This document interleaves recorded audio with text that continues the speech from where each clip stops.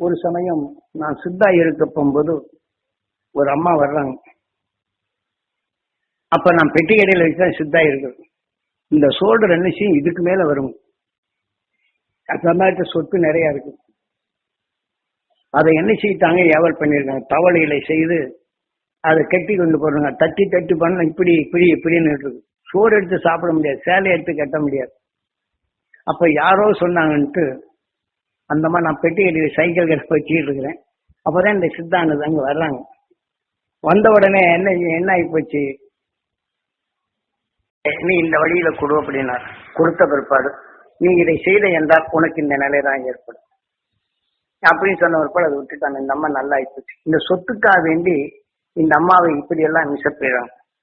இதே மாதிரி நான் பழனி சுற்றி வரப்போ போகும்போது சில நேரங்கள்ல 2 பெண்கள் வந்தாங்க. அந்த பெண்ணை கேட்டு அதை என்ன செய்யிருக்கான்னு கேட்டிருக்காங்க. கொடுக்கலன்னா ஏவல் பண்ணி வச்சுட்டாங்க. அதை என்ன செய்றாங்க, இந்த ஜோசியக்காரர் சொல்லி நீ மழையை சுற்றி வா, உனக்கு இதுல ஏதாவது விமோச்சனம் கிடைக்கும். இந்த இத்தனை மணிக்கு நீ இத்தனை மணிக்கு சுத்து அப்படின்ட்டு ராத்திரி 12 மணிக்கு காலையில 12 மணிக்கு இந்த மாதிரி சுத்துன்ட்டு இந்த உணர்வு வந்தது. இது என்னங்கிறவர்களை சொல்லி வந்தாங்க. வந்து பின்னாடி அழகு நாச்சியம்மன் கோயில் இருக்கு, அங்க வந்து பார்ப்பாங்க. இந்த ஈக்கெல்லாம் எடுப்பாங்க. எடுத்த உடனே மறுபடியும் இந்த ஈக்கு பார்த்துக்கணும். இப்ப எடுக்க வந்துகிட்டே இருக்கும். அந்த பெண்கள் என்ன செய்வாங்க, அப்படியே கிரிசிட்டு வந்துட்டாங்க. நான் அந்த அழகு நாச்சியம்மனுக்கு நீ போக சொன்னார். அங்க போன உடனே அந்த ஈக்கையெல்லாம் நானே எடுத்தேன். எடுத்த உடனே அந்த உயிரை கையில வச்சுக்குமா அப்படின்னு நீ 3 தரம் கிரிசிட்டு வான்னு சொன்னேன்.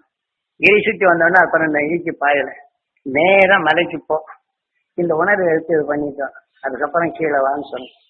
அப்புறம் வந்த ஒரு அதுல இருந்து வரல. இதுகள்லாம் சில குடும்பங்களே ஆக தனது சுயநலங்களுக்காண்டி ஏவல் பண்ணி இப்படியெல்லாம் சில இதுகளை செய்யறாங்க. இதெல்லாம் என் அனுபவத்தில் தெரிந்து உங்களுக்கு சொல்றேன். இப்படி என் மனிதன் வாழ்க்கையில இந்த சாப்பாடு பழப்புக்காக வேண்டி எத்தனையோ வேலைகளை செய்யறாங்க. இதை போன்ற நிலைகள் எல்லாம் இருந்து மேல வேண்டும்.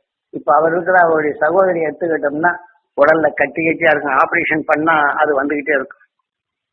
அவங்க சகோதரி அதை இதே மாதிரி சொல்லி ஆபரேஷன் எது பார்த்தாலும் அவருடைய வாழ்க்கையை சீனிச்சு போகக்கூடிய நிலை. வயசுல வந்து கட்டி கொடுக்கறது கூட முடியாது. அப்ப அது இதே மாதிரி எண்ணெய் அந்த கட்டிகள் எல்லாம் பூரா நீங்கிச்சு. இப்ப அவங்க நல்லா இருக்கு, வந்திருக்காங்களா? இதுகள்லாம் நடந்த நிகழ்ச்சி. உங்களை நம்புங்க அப்படின்னு சொல்றேன். இப்ப சாமியை நம்புறீங்க, சாமியார் நம்புறீங்க, ஜோசியத்தை நம்புறீங்க. ஏன் இதெல்லாம் நீங்க செய்யக்கூடாது? இந்த உணர்வை நீங்க எடுத்தீங்கன்னா அந்த உணர்வு உங்களுக்குள் நல்லதாகும் சொல்றேன். இப்படி எத்தனையோ பேர், ஏராளமான பேர் சொல்லலாம். நாம ஒவ்வொரு நிலைகளையும் உங்களை நம்புகின்ற நான் போற பாதையில இதெல்லாம் சொல்லி செய்துட்டு வந்தாலும் என்ன செய்யறாங்க, அடுத்தாப்படி ஏதாவது இவங்க எந்தது மறந்துட்டு ஏதாவது சொல்ல வந்தா சாமி எடுத்த போயிடுறாங்க, ஏதாவது ஜோசியை எடுத்த போயிடுறாங்க. சாமியை தான் பார்க்க முடியல. இல்ல அன்னைக்கு நல்லா ஆயிப்போச்சு, இதே திருப்பி எடுக்கிறதுக்கு மனசு இல்லை. ஆனா நீ அங்க போனா பரவாயில்ல, அன்னைக்கு நல்லா ஆயிப்போச்சே நம்ம செய்யாமல் இருக்குமானா அது போறது இல்லை. இந்த மாதிரி மனிதனுடைய மனநிலை தான் சிரமப்பட்டுல எடுக்கணும் இந்த தியானம். ஆனா அதே சமயத்தில் என்ன செய்யும், அவங்ககிட்ட சொல்லி காசு கொடுத்து மாத்துறது எப்படி இருக்கும்?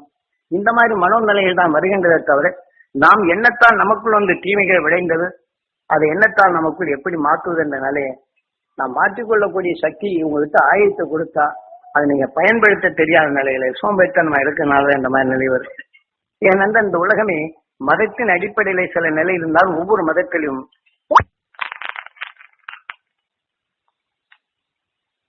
இதே போலதான் மந்திர நிலைகளை செய்து ஒவ்வொரு மதத்திலும் இதே போல உண்டு. ஒரு சமயம் நான் சித்தாவதற்கு முன்னாடி இதெல்லாம் என் அனுபவத்தில் தெரிந்தது. அப்ப பழனிக்கு நேரு வர்றார். நேரு வரப்போகும்போது ஒருத்தர் அந்த ஹோட்டல்ல அன்னைக்கு முனியாண்டி விலாசம்னு சொல்லுவாங்க, அவங்க சொந்தக்காரர். அந்த பையன் அது கொஞ்சம் வயசு பையனும். அவன் வரப்போகும்போது என்ன செய்யணும்னா தலையில ஆணி அடிச்சுக்கிட்டே இருக்குது. தலையில ஆணி அடிச்சுக்கிட்டே இருக்குது. ஹாஸ்பிட்டல்ல போய் பிடிங்கிட்டு வந்திருக்காங்க. இந்த கயர் மாதிரி அந்த வயல் கம்பிகளை போட்டு அப்படியே குத்தி எடுத்து அப்படி பண்ணுது. கத்திட்டு எடுத்து பொத்தமா வச்சிருக்காங்க. ஆனா தலையில எல்லாம் ஓட்டியா இருக்கு. இந்த இடத்துல பார்த்தா இவ்வளவு நீள ஆணி அப்படியே நெளிஞ்சு போயிருக்குது. இதையெல்லாம் அப்படி நெளிஞ்சு வந்த உடனே இப்ப நேரு வரும்போது என்ன ஆகி போச்சு, அப்ப நாங்க தொடர்படையில இருக்கிறேன். இது நான் சித்தாவதற்கு முன்னாடி நடந்த சமாச்சாரம். அப்ப அவர்கிட்ட எப்படியும் கொண்டு கூப்பிட்டு காமிக்கணும் அப்படின்ட்டு என்கிட்ட சொன்னாங்க. ஏதாவது ஊர் முழுவதுக்கும் சுற்றி எந்த கோயிலுக்காக போனாலும் இது நிவர்த்தி ஆகும். எல்லாம் ஃப்ரீ டிக்கெட் வாங்குறதுக்கு நீங்க இது மாதிரி நேரு விட்டதை காமிச்சோம்னா அவர் சொன்ன உடனே இது ஆச்சரியமா பார்த்து கூட்டம் அப்படின்ட்டாங்க. அங்க இருக்கக்கூடிய வக்கீல சொன்ன கூட்டம் சொன்ன பாதுகாப்பாளர் என்ன செய்தாங்க, அடிக்கிறேன்னு இந்த உள்ளுக்கே நுழைய விட மாட்டேன்ட்டாங்க, விடலைங்க. அப்புறம் அவர் சீட்டு கொடுத்து இதை வச்சுட்டு நீங்க எல்லா கோயிலுக்கும் போற அனுமதி கொடுத்து அவர் எல்லா ட்ரெயினும் சும்மா ஓசி போகக்கூடிய அளவுக்கு இந்த சீட்டை வாங்கி கொடுத்தாங்க. ஆனா சீட்டை வாங்கி கொடுத்த ஒரு பாடு அந்த ஹோட்டல்ல இருந்த உடனே என்ன ஆகி போச்சு அப்படின்னா, நான் ஒரு மலையாளத்துக்கார் மந்திரம் செய்கிறவர் வந்த உடனே கூப்பிட்டு இந்த மாதிரி இருக்கியா, நான் 4000 ரூபாய் நான் தர்றேன், இதை நிறுத்தணும் அப்படின்னு சொன்னாங்க. ஓ நான் நிறுத்தி போடுறேன், ஏன்னா அந்த மாதிரி நிறுத்திட்டா இன்னும் கூட ஒரு 2 ரூபாய் சேர்த்தமே தரேனே அப்படின்ட்டு அதை தரேன்னு சொல்லிவிட்டுன்னு கூப்பிட்டு போனாங்க. அந்த கூட்டிட்டு போன உடனே இந்த தலையில அப்பதான் ஆணி இறங்கிடுங்க அப்படின்னு படுக்கிறாங்க. இதை பார்த்தாலும் இல்லையோ விட்டா ஓட்டம், அந்த ஆள் அதுல இருந்து காணவே காணல, பழனிக்கே வரலைங்க. அவன் ஓடுறத பார்த்தா எனக்கு காய்ச்சல வந்துடுச்சு. இல்ல மந்திரவாதியை கூப்பிட்டோம், இதெல்லாம் நாளைக்கு நமக்கு ஏதாவது தொல்லை வருமானு நான் பயந்துகிட்டேன். அப்புறம் நானும் போறதை விட்டுட்டேன், பயம்ங்க. அப்போ ஜிடி நாயுடு எல்லாம் என்ன சிறு கண்ணாடி பெட்டியை வச்சு இது எப்படி ஆணி அடையுதுங்கிறதெல்லாம் கண்டுபிடிக்கிறாங்க. ஆனால் அதுலயே அவர் கண்டுபிடிக்க முடியல. ஜிடி நாயுடு இருந்த சர்டிபிகேட் எல்லாம் வச்சிருக்கிறாங்க. அதே சமயத்துல இன்னைக்கு இந்த கழுத்துல வைரங்கள் நிறைய தொங்குதுங்க, அப்படி சதையில தொங்கிருங்க. ஆனா கையில மோதிரம் வருவாங்க, வைரம் மோதிரம் வருது. ஆனா இதெல்லாம் எடுத்து வச்சோம்னா போயிடும், எடுத்து வைக்க முடியல. ஆனா இங்க வருது, எடுத்து தனியா வச்சு எடுத்துக்கலாம்னு அது போல மறைஞ்சு போகுது. இப்படி எல்லாம் நிகழ்ச்சி நடந்துருதெல்லாம் பார்த்த உடனே இது அந்த காலத்துல இதாகி போச்சு. அப்புறம் இந்த சித்தான பிற்பாடு எங்க இருக்கிறான்னு தேடி பிடிச்சு அந்த ஆளு அவங்க அண்ணே முனியாண்டி விலாசு அவங்களுடைய சொந்தக்காரன், அவனை கூப்பிட்டு எங்க இருக்கிறான்னு பார்க்கணும்னு சொல்லி கேட்கணும். அங்க கேட்டவங்க இதை சொன்ன நீங்க வர வேண்டாம்னு சொல்லிடுவேன், இங்க வர வேண்டாம்னு சொல்லிடுவேன்னு சொல்லிட்டு நான் கேட்டு அப்புறம் தெரிஞ்சுட்டு போகலாம் அப்படின்னு என்னங்கிற வகையில இந்த சித்தான புதுசுல அங்க போகலாம்னு நினைச்சிருந்தேன். நான் பள்ளியில சித்தாச்சுல அந்த நேரத்துல பார்க்கணும்னு சொல்லி போட்டு அவர்கிட்ட சொல்லி போகணும், இங்க வர வேண்டாம்னு சொல்லிருங்கன்ட்டு விடலைங்க. அந்த ஆள் என்ன செய்யுது, தலையில ஆணி அடிச்சுக்கிட்டு இருந்தாலும் எல்லா கோயிலுக்கு போயிட்டு வந்த பிற்பாடு அந்த ஆள் உபரி கொடுத்தாருன்னா அவங்களுக்கு உடம்பு நல்லா இருக்கு. ஆனா ஆணி அடிச்சுக்கிட்டு இருக்கு, பிடிங்கிட்டே இருக்கு. இது ஏவலுடைய நிலைகள். ஆக எந்த வகையில பிறகு செய்த ஏவர் இவன் உடலை எடுத்து இன்னும் ஆணி அடிச்சுக்கிட்டே இருக்கும். ஆனா எடுத்துக்கிட்டு தான் இருக்கிறான். ஆனா கொஞ்ச நேரம் மயக்கம் வருது, மறுபடியும் வந்துடும். இப்ப திருமங்கலத்து பக்கத்துல ஒரு கிராமத்துல இருக்கிறான்னு சொல்லி சொன்னாங்க. ஆனா நான் போய் பார்க்கவே முடியல, இப்ப இருக்கிறாரோ இல்லையே தெரியல. இருந்தாலும் கூட நான் விசாரிச்சு சில நிலைகளை தவறு சொல்றேன், நீங்க போய் பார்க்கலாம். ஏன்னா இதெல்லாம் இயற்கை நிலைகள் எப்படி எல்லாம் நடக்குது, அந்த நிலைகளை ஏவல்னால எடுக்கக்கூடிய ஆவியின் தொடர்கள் எப்படி வருகின்றது என்று சில பேருக்கு என்ன செய்வாங்க. நான் ஒரு சமயம் நான் சித்தாகி வெளியில வர போகும்போது சின்னப்ப நாயக்கம்பாளையத்துல வந்து இந்த உணர்வை எடுத்து கொடுத்துட்டு இருக்கிறாங்க. அப்ப என்ன ஆகி போச்சு, ஒருத்தன் வயிற்று வலியோட வந்தாங்க, அம்மா வலிக்குதேன் அம்மா வலிக்குதேன்ட்டு. அப்புறம் இந்த ஆசீர்வாதம் கொடுத்தா அந்த வெடிக்க வருங்க, செடியில பிடிங்க இந்த வெள்ளரிக்காய் பிடுங்க, அந்த வெள்ளரிக்காய் வயிற்றுல வெளியில வருங்க, வயிற்றுல வெள்ளரிக்காய் வருங்க. அது வந்த ஒருபாடு அந்த வலி நீங்குது. ஆக ஏவல் பண்ணி அந்த நிலையில வச்சுக்கிறாங்க. இதுகெல்லாம் சின்ன இன்னொருத்தருக்கு என்ன செய்யறாங்கன்னா ஏவல் பண்ணி இந்த எலும்புக்குள்ள வச்சிடறாங்க. அப்ப அந்த எலும்புக்குள்ள வச்சா அந்த எலும்பு பூரா புறை போடுது. அப்ப இதே மாதிரி வரப்போகும்போது இந்த நிலையில் நீக்கணும். இப்ப இந்த சின்னப்ப நாயக்கம் பாளையத்துல என்ன ஆகி போச்சுன்னா, என்ன இருக்கிற ஐயா சக்தி வேலை நீங்க எழுதுறீங்களா, அவருக்கு எல்லாம் தெரியுங்க நடந்த நிகழ்ச்சிகள்லாம். இப்ப இவர் என்ன செய்வாரு, ஆஸ்மா ரொம்ப அவசரப்படுவார், திக்கி திக்கி பேசுவார். திக்கி திக்கி பேசணும்னு என்ன ஆகி போச்சு, அங்க வந்து நல்லவொன்னு அங்கே இருந்தார். அவங்க அம்மா கிட்ட போய் என்ன செய்யிட்டாங்க, இந்த மாதிரி எங்க வந்து சாமியார் உன் பிள்ளை அங்க போய் இருக்கிறான், இல்ல அங்க நல்லா ஆகி போச்சுன்னு சொல்றாங்க, நல்லா இருக்குன்னு சொல்லிட்டு இருக்கிறாங்க. அவங்க அம்மா கிட்ட சொன்ன உடனே என்ன ஆகி போச்சு, பாவி போய் எங்கிருந்து வர்றாங்க, இந்த பிள்ளைகளை இந்த மாதிரி மோசம் பண்றாங்க, இவங்க எல்லாம் தொலைஞ்சு வரணும், வரவங்கிட்ட எல்லாம் பேசிட்டு இவருக்கு அது கோபம் வரும். அவங்க அம்மாவை எடுத்து பேசுவார். அவங்க அப்பாவை என்ன செய்யும், இந்த மாதிரி ஏண்டாங்க போறீங்கன்னு அவங்க அப்பா வீட்டையும் சண்டை போவார். ஆனால் இங்க வந்து அந்த ஆஸ்மா போன்ற நோய்கள் அங்க நீங்கணும்னே இங்கேயும் இருப்பாரு. அப்ப இந்த அம்மா சொல்லிட்டு இருந்த உடனே இந்த அம்மா திட்டிக்கிட்டே இருந்திருக்கு. இவங்க அம்மா போய் மாடி மேல போய் படுத்துட்டாங்க. எத்தனை குழந்தையா, பெண் குழந்தையா? 4 பேரு, நீங்க பையங்க 5 பேர். இருக்கப்போ என்ன ஆகி போச்சு, அந்த அம்மாவுக்கு வானதியில இருந்து முருகனும் சிவனும் வர்றாங்க, நீ வா வா வான்னு கூப்பிடுறாங்க. ஓந்தடிச்சு அந்நேரம் ஓடி வந்தா இங்க இருக்கிறாரு. சாமி நான் ஒரு தப்பும் செய்யல, என்னமா என்னென்னமோ திட்டி இருக்கும், நீ வா வான்னு கூப்பிடணும், இந்த வயசுல என்ன கூப்பிடு, நான் புள்ள குட்டிக்கு அண்ணா இருக்கிறேன், என்னை காப்பாத்துங்க. என்ன நடந்து அன்னைக்கெல்லாம் இந்த காட்சிகள் தெரியும், எல்லாருக்கும் காட்சிகள் தெரியும்.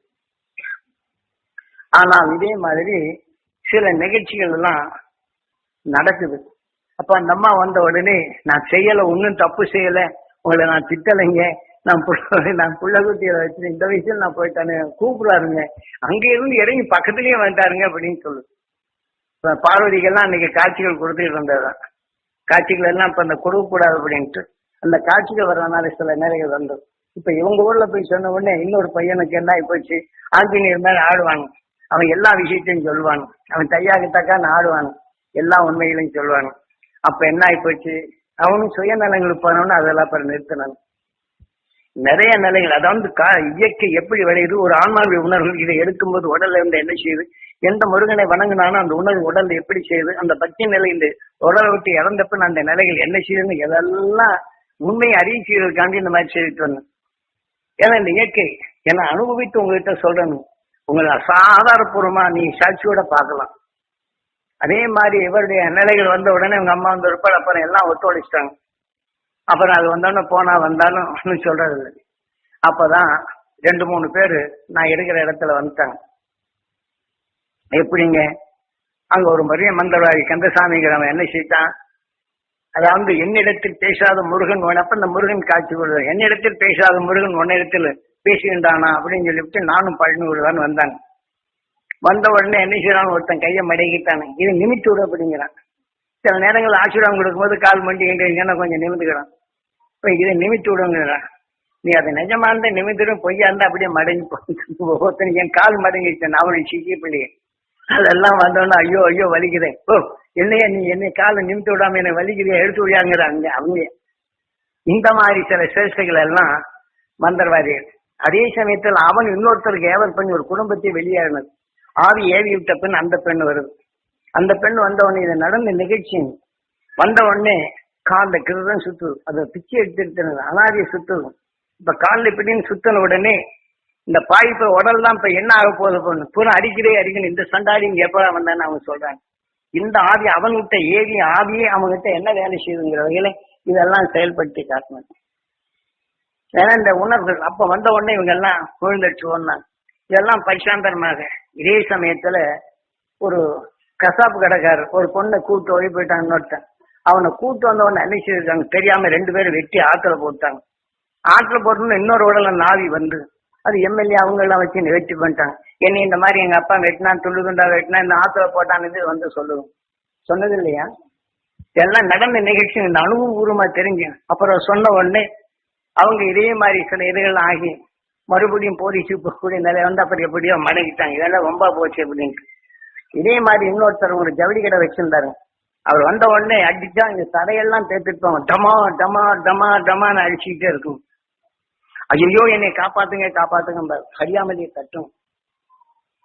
அப்ப அவர் இங்க வந்த உடனே அவங்க நிறுத்தி வச்சு அவர் சம்சாரத்தை நீ வேண்டிக்கம்மா அப்படின்னு சொன்ன உடனே அது வேண்டிடுச்சு.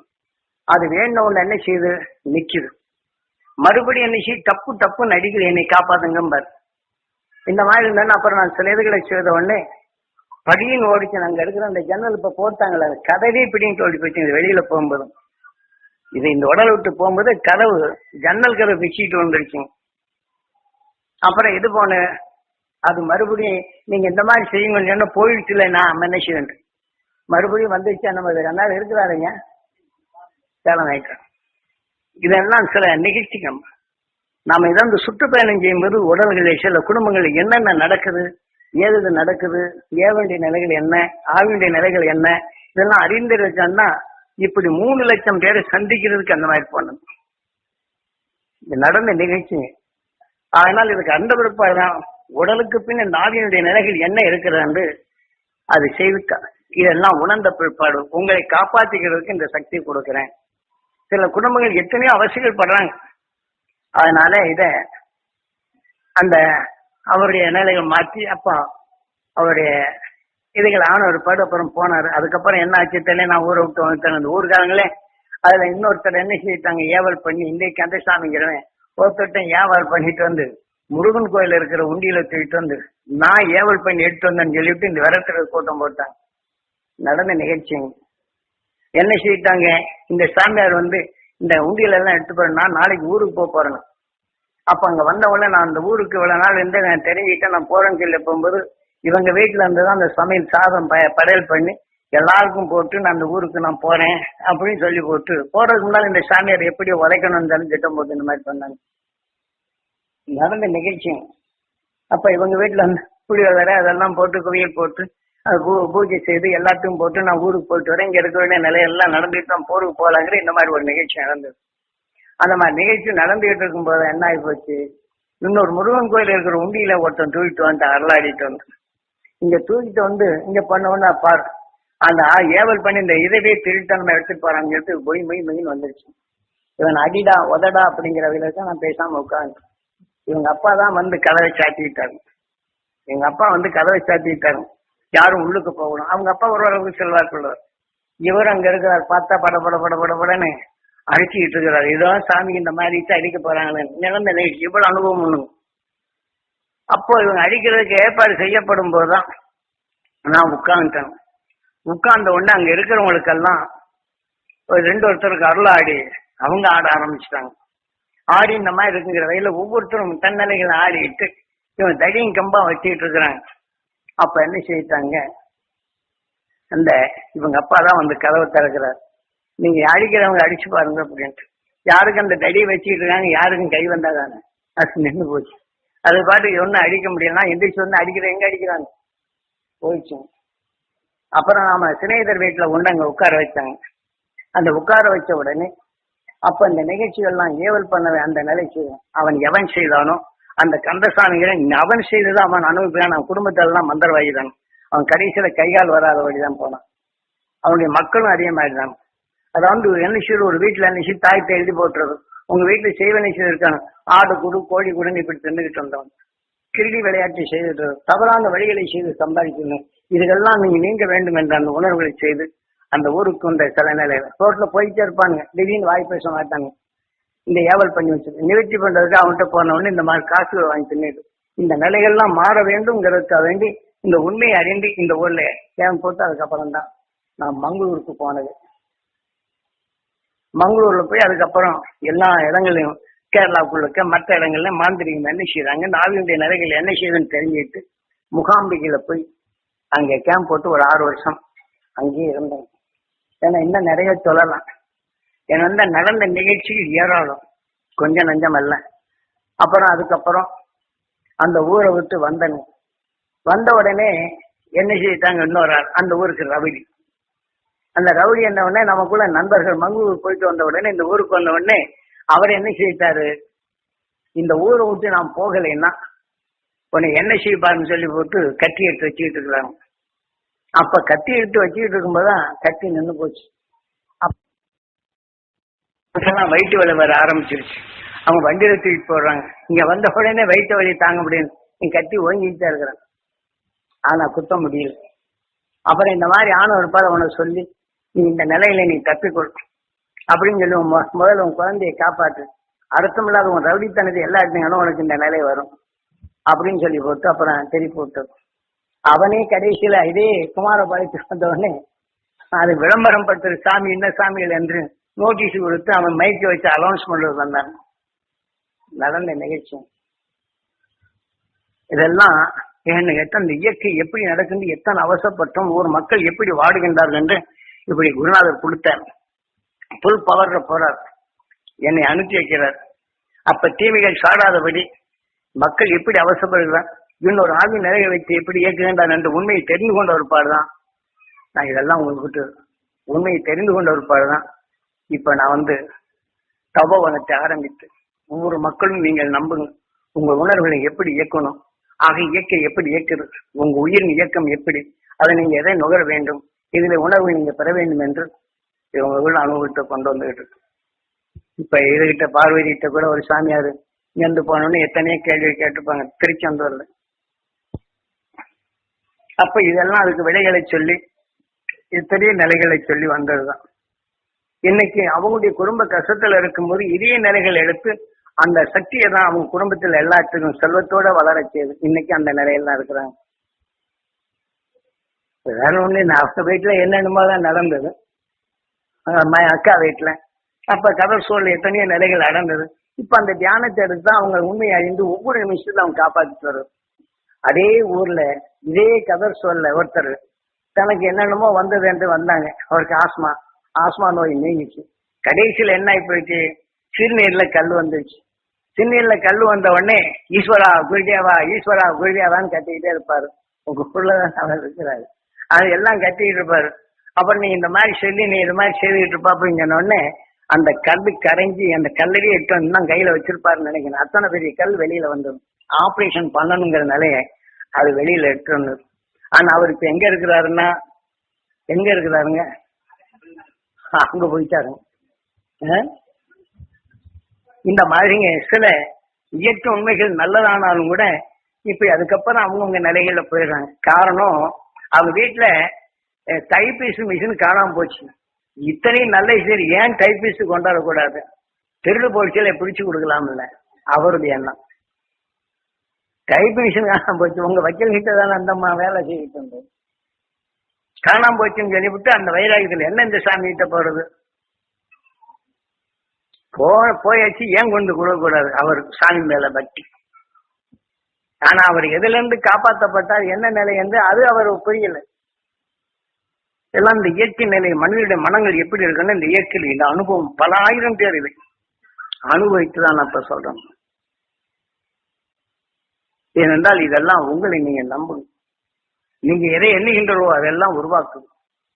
தெளிவான நிலைகள் பெறுங்க, தெளிந்த மனம் பெறுங்க. பொதுவாக அவர் கதை சொல்ல இருக்கும்போது எத்தனை எதிர்ப்புகள் வந்தது, அவர் எந்த நிலைகளை அதை மாற்றி அமைத்தார். அது அப்ப எடுத்து அதெல்லாம் எடுத்து இன்னைக்கு அதெல்லாம் ஒழுங்கா நடந்துகிட்டு இருக்காங்க. இதே மாதிரி அவருடைய நண்பர் இன்னொருத்தர் இருக்கிறாரு, அங்க இவங்க ஊர்ல இருக்கிறவர். அந்த அம்மாவுக்கு எடுத்த உடனே ஆள் வந்து ஆடும், பயங்கரமான நிலை, என்னென்னமோ செய்யும். ஆமா அந்த அம்மா வந்திருக்குங்களா, எல்லாம் நடக்குங்க, பயங்கரமான இதுகள் இருக்கு. அப்புறம் அதெல்லாம் சொல்லி அதை அடங்கி இன்னைக்கு அவங்க குடும்பத்துல அது நல்லதா இருக்கு. அதுக்கப்புறம் வர்றதில்லை இல்ல, அந்த அந்த இது வர்றதில்லை. இந்த தொண்டர் அதான் சொல்றாங்க. சில கடுமையான ஆதிங்க பயங்கரமா இருக்கு. இதெல்லாம் அவங்க எடுத்துக்கொண்ட உணர்வு கொண்டுதான் அதெல்லாம் வரும். இதெல்லாம் இது அனுபவ ரீதியில நான் அதெல்லாம் வெளியில சொல்றது. நான் பத்திரிகையில போட்ட அன்னைக்கும் சாமியார் பெரிய சாமியார் ஆயிடுச்சு. அவங்கவுங்க வேற ஒண்ணும் இல்லை. இவங்க எல்லாம் பத்திரிகையில போட்டு இந்த சாமி கிட்ட போன இப்படி ஆன அப்படின்னு சொன்னா என்ன ஆகும், கூட்டம் ஏனே தேடி வரும். அப்புறம் நீங்க ஞானத்தை எங்க எடுக்க போறீங்க, உடல் நோய்க்கும் அதுக்கும் இதுக்கு பார்த்து பெரிய சாமியார். அப்ப என்ன செய்யும், இந்த விளம்பரம் பார்த்தோன்னா அதை நீ 1000 ரூபாய் போடு 2000 போடு இந்த கட்டடத்தை கட்டணுக்கு நான் கட்டி கொடுத்துட்டு போவோம். சாமி பெரிய சாமியார் ஆயிடுச்சு, மனத்தை கண்டாச்சுன்னா சாமியார் ஆயிடுச்சோம். நான் விளம்பரத்துக்கு கொடுக்கல. ஆக அவங்க செய்த அந்த உண்மையின் தன்மை அடுத்தவங்க என்ன அந்த உணர்வை எடுத்து அவங்களும் அந்த ஞானத்தை வளர்த்துக்கணுமே தவிர ஆசையின் உணர்வை எடுக்கக்கூடாது. நான் இதை எடுத்தேன் அதனால் நல்லாச்சு, அவங்க சொல்ல கேட்டு அவங்க நிலையில வந்தா அது திருந்த வழி உண்டு. இப்ப விளம்பரத்தை நான் எத்தனை பத்திரிகை எல்லாம் விளம்பரம் கொடுக்கல. கடைசியில் இது என்ன ஆச்சு, மக்களுடைய நிலைகள் இதாகும் சொல்லி எல்லாருடைய வற்புறுத்தலும் டிவியில பேசினது. இயற்கை உண்மை நிலை தெரிஞ்சுக்கிடட்டும், அந்த உணர்வின் தன்மை கொஞ்சம் பதியட்டும், அப்ப அந்த உண்மையை எடுத்துக்கொள்றதுக்கு வழி வகுத்தும் சொல்லித்தான் இது பண்ண. எந்த பத்திரிகையும் அநேகமா நான் விளம்பரம் என்னை தெரியாம வந்திருந்தாலும் எனக்கு தெரிஞ்ச விளம்பரத்தை விடுறதில்லை. காரணம் இதெல்லாம் நாம எதை ஆசைப்பட வேண்டும், இனி பிறவியில்லா நிலை அடைய வேண்டும், அந்த அருளை பெற வேண்டும், நமக்குள் அறியாத இருள் நீங்க வேண்டும், என் பாதையில் மற்றொரு இருள் நீங்க வேண்டும், அவர்கள் மகிழ்ந்து வாழும் சக்தி பெற வேண்டும். இந்த உண்மையான நிலைகள் பெறச்சியது தான் அதை செய்யும். நம்ம எத்தனை வருஷம் இத்தனை வயசு ஆகி போச்சு, இந்த உடல் விட்டு போயாச்சு என்ன செய்யுது, கோடிக்கணக்கில் செல்வம் இருக்கு. அது ஞானிகள் இல்லைன்னா ஞானம் இல்லைன்னா அந்த சொத்து என்ன ஆகும், வடாதி. இப்ப எத்தனை வடாதிபதிகள் எத்தனை போச்சு, என்னென்ன நிலைகள் ஆகுது. அதை காக்கக்கூடிய மனிதர்கள் அங்க வந்தால்தான் அதை காக்க முடியும். ஆக அருள் ஞானத்தை அங்க வளர்த்தால்தான் அதை காக்க முடியும்.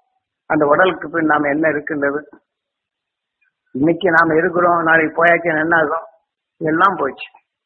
ஆக நமக்கு தெரியும் நாம் ஏன் இந்த செல்வத்தின் மேல ஆசை வைக்கணும், இந்த உடல் மேல ஆசை வைக்கிறோம். நாம் ஆசை வைக்க வேண்டியது அந்த பேர் அருளை ஆசை வைத்து இதை வளர்த்தோம் என்றால் இதிலிருந்து நேற்றும் இன்னும் அழியாத உணர்வு மகிழ்ச்சியுடன் வாழ முடியும். அதுக்குத்தான் இப்ப சொல்றது. நீங்க ஏராளமான இன்னும் நிறைய பேர் இருக்கிறாங்க. ஒவ்வொருத்தரும் அபூர்வமான நிலைகள் நடந்த நிகழ்ச்சி எல்லாம் சொல்லுவாங்க. அவளை கூப்பிட்டு சாட்சிக்கணும்னு ஒரு மாசமே வேணும், ஒரு மாசமே வேணும். அது ஒவ்வொருத்தரும் ஒரு மாசம் கூட 10வது நினைக்கிறேன். அத்தனை பேரு இது பண்ணிருக்கிறாங்க. நம்ம சொல்ல முடியாது. அந்த அளவுக்கு ஒவ்வொருத்தருடைய நிகழ்ச்சிகள் நடந்திருக்குது. ஆனா வெளியில நாம் சொல்லக்கூடாதுன்னு சொல்லியிருக்கோம்.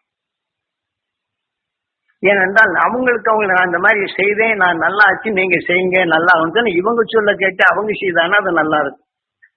ஏன்னா இந்த மாதிரி சாமிகிட்ட பண்ண இந்த மாதிரி யாராவது சொல்லிடுவாங்க. சாமிகிட்ட பண்ண இந்த நோயப்போ நாங்க வந்து வந்தோடனே சாமி என் குடும்பத்துல தொல்லையா இருக்கு இப்படி வர்றவங்க நிறைய பேர் வர்றாங்க. அவங்க கிட்ட அவங்க சொல்றது இல்லை. சாமிகிட்ட போயிடுச்சுன்னா ஒரு பார்வை பார்த்தாலே நல்லா இப்போன்னு சொல்லி விட்டுறாங்க.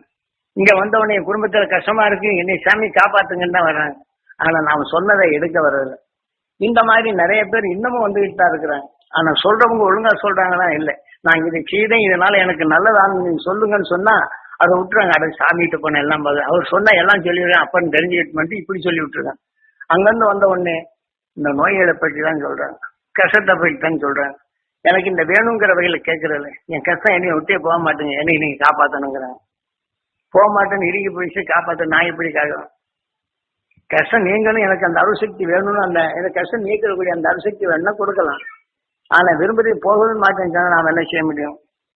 இந்த மாதிரி நிலைகளை இப்போ ஏன் இதை சொல்றேன்னா, நீங்களும் யாரிடத்தில் சொன்னாலும் இந்த மாதிரி செய்தால் நீங்க நல்லதாகும், நீங்க இந்த நுகர்ந்தால் இந்த நிலையாகும், சாமிகிட்ட போங்க எல்லாம் காப்பாற்றிடுவான்னு சொல்லிட்டு இந்த வார்த்தைகளை சொல்லவே சொல்லாது. இதை மாதிரி எடுத்து சாமிகிட்ட போய் ஆசீர்வாதம் வாங்கிட்டு வாங்க. நீங்க சொல்லி விடுங்க, சாமிகிட்ட ஆசீர்வாதம் வாங்கிட்டு வந்தா அதன் வழி நீங்க நடந்துங்க, இதன் வழி செய்தா நீங்க நல்லா இருக்கும்னு சொல்லி பழகணும். அந்த மாதிரி சொல்லி பண்ணோம்னா அவங்களுக்கு நல்லதாகும். இல்லைன்னா அவங்க மொத்தம் காவலப்பட்டி நிலைகளை வந்து சொல்லிட்டு போங்க சாமிகிட்ட போனா எல்லாம் நல்லா இருக்கும்னு சொன்னா எப்படி நல்லா இருக்கும்? ஆசையில் தான் வருவாங்க, நம்ம சொல்றது கேட்கவே மாட்டாங்க. ஒரு சமயம் ஒரு அம்மா வருது, எங்க குடும்பத்துல ரொம்ப கஷ்டமா இருக்குதுன்னு, எல்லாம் தட்டி பறிச்சுட்டாங்க அப்படின்னு, அம்மா நீ இந்த மாதிரி செய்யுங்க அப்படின்னு சொன்ன. அந்த மாதிரி செய்தோடனே அந்த சொத்து அந்த அம்மாவுக்கு வந்துருச்சு, அந்த கடையும் இங்க வந்துருச்சு.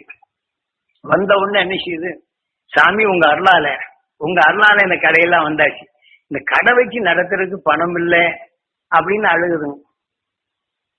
இப்படியே அந்த அழுகுதுங்க. ஏமா இந்த மாதிரி அழுகுறேன்? இல்லைங்க இத்தனையே கஷ்டப்பட்டு சொத்தெல்லாம் மீட்டு வந்துருச்சு, இது ஏதாவது தொழில் நடத்தலான்னா எங்க கேட்டாலும் காசு இல்லை, எங்க போட்டாலும் காசு இல்லை. ஏமா இந்த மாதிரி தொழில் நடத்தணும் அந்த ஆசை கொடுங்க, நீங்க கேட்டா இதன் வழி நீங்க செய்தா நல்லா இருக்குன்னா இந்த மாதிரி கேளுங்கன்னு. இல்லைங்க திருப்பி சொல்லுங்க, காசு எங்க பார்த்தாலும் கிடைக்கவே மாட்டேங்குன்னு அழுதுகிட்டு இருக்கு. இதுக்கு நீங்க என்ன சொல்லுவீங்க? விரும்பி கேட்கறது தான் அந்த உணர்வு பார்க்கணும். ஆனா விரும்பி கிடைக்க அங்கேயும் கிடைக்க மாட்டேங்குது திரும்ப சொல்லு, அட நீச்சி போமா அப்படின்னு சொல்லிட்டு அதை சொல்ல போகும்போது என்ன செய்யுறேன், அந்த அசுர உணர்வு போகணும்னு சொல்ற, சாமி இப்படி சொல்லிவிட்டாருன்னு அவங்க இது சொல்றாங்க.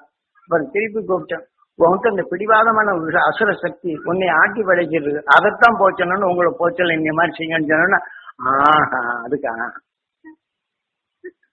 அப்புறம் வருது. அப்புறம் சொன்ன பாட்டு போச்சு.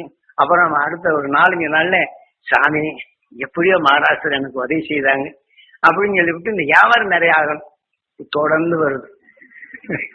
இந்த நிகழ்ச்சியும் நடந்துகிட்டே இருக்கு, நான் எத்தனைக்கு தான் சொல்றது.